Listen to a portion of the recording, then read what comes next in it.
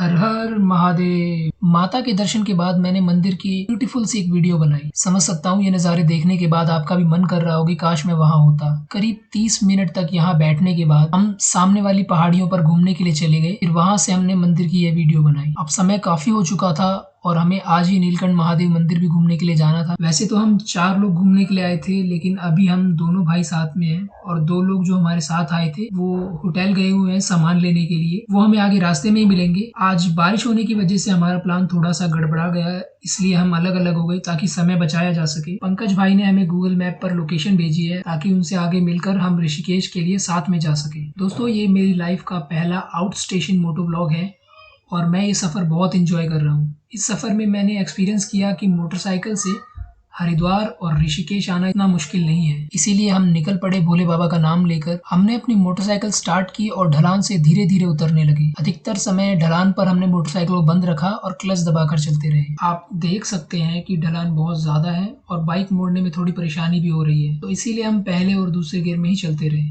इस complete journey में हमारा मैक्सिमम 1500 रुपए का पेट्रोल लगा, जिसमें हमने कवर किया है दिल्ली से हर की पौड़ी। फिर हम हर की पौड़ी से होटल गए जो कि अराउंड 3 से 3.5 किलोमीटर था। फिर वहां पर हमने अपना सामान रखा और बाइक लेकर वापस हम आए हर की पौड़ी। वहां हमने अपनी बाइक पार्किंग में पार्क की और उसके बाद पैदल पैदल यात्रा के लिए निकल गए मनसा देवी मंदिर। मनसा देवी मंदिर से वापस हम शाम को आए। वहां से हमने अपनी बाइक उठाई और फिर होटल के लिए निकल गए। हम रात भर आराम से सोए और सुबह सुबह उठ के फिर हम वापस निकल गए चंडी देवी यात्रा की। चंडी देवी यात्रा हमने बाइक से ही की। फिर वहां से हम निकल गए चंडी देवी से डायरेक्ट लक्ष्मण झूला के लिए ऋषिकेश में। लक्ष्मण झूला, राम झूला, ऋषिकेश, नीरगढ़ वाटरफॉल और नीलकंठ महादेव मंदिर, और फिर वापस वहां से हम आ गए दिल्ली। और हमारा होटल का किराया सिर्फ एक दिन का लगा था जो कि 1300 रुपए है, क्योंकि हमने एक ही दिन स्टे किया था और दूसरे दिन हमने रात भर बाइक चलाई और हम वापस दिल्ली आए। खाने पीने का खर्चा मैं इसमें इंक्लूड नहीं करूंगा, वो टोटली आप पर डिपेंड करता है। इसी बीच में मैंने देखा कि खच्चरों पर पानी की बोतलें और अन्य सामान लादे हुए कुछ लोग ऊपर की ओर चढ़ रहे हैं। ये देखकर मैं हैरान हो गया कि जिस चढ़ाई पर मुझे मोटरसाइकिल से चढ़ने में इतनी मेहनत लग रही है, उस चढ़ाई पर ये जानवर इतना बोझ लेकर चल रहे हैं। यह विचार करने योग्य बात है कि जानवर हम हैं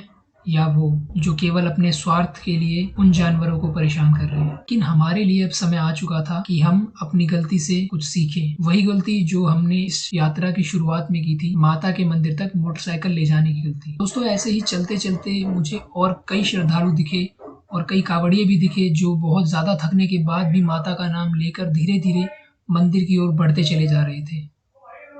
मंदिर कमेटी द्वारा चंडी देवी मंदिर का मुख्य द्वार अब बंद कर दिया गया था और केवल पैदल श्रद्धालु ही यहाँ से निकल सकते थे। काफी लोगों से पूछने के बाद और काफी इधर उधर घूमने के बाद हमें एक दुकान वाले ने बताया कि मोटरसाइकिल ऊपर ले जाना अलाउड नहीं है और इसी वजह से द्वार बंद रखा जाता है। लेकिन हमने उन्हें बताया कि जब हम आए थे तो ये रास्ता खुला हुआ था और लोग यहाँ से जा रहे थे, लेकिन अब इस बहस का कोई फायदा नहीं था। करीब 30 मिनट बर्बाद होने के बाद हमें वो भाई मिल गए जिनके पास इस ताले की चाबी थी और द्वार खुलने के बाद फिर हम अपनी यात्रा पर निकल पड़े।